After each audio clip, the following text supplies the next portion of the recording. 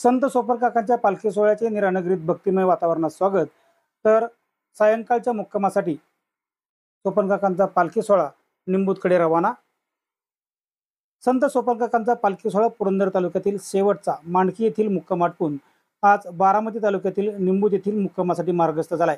सकाळी हा सोहळा जेऊर पिंपरे मार्गे दुपारच्या विसाव्यासाठी निराळ शहरात दाखल झाला।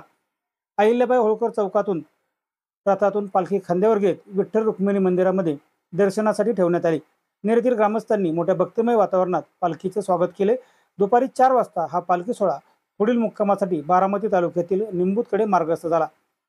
तर सर्वत्र चांगला पाऊस पडू दे आणि शेतकरी सुखी होऊ दे अशी प्रार्थना आपण विठ्ठलाला करणार असल्याचं सोहळा प्रमुख त्रिगुण गोसावी यांनी यावेळी म्हटलंय। तर पुरंदरमधून पालखीचा प्रवास सुखाचा झाल्याचे म्हणत रस्ता अरुंद असल्याने तो रुंद करण्याची मागणी त्यांनी यावेळी केली।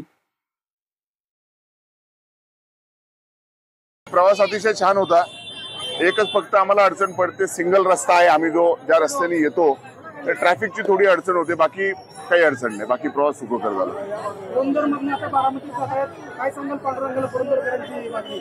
पुरंदरकरांचं तर हे संत सोपान काकांनी पुरंदर ही भूमी संजीवन समाधीसाठी निवडली पांडुरंगांनी त्यांच्यासाठी, त्यामुळे त्याचं तर सर्वच जो तिथं जन्माला येतोय तो पुण्यभूमीत जन्माला आलाय। सगळ्यांचं भलं कर।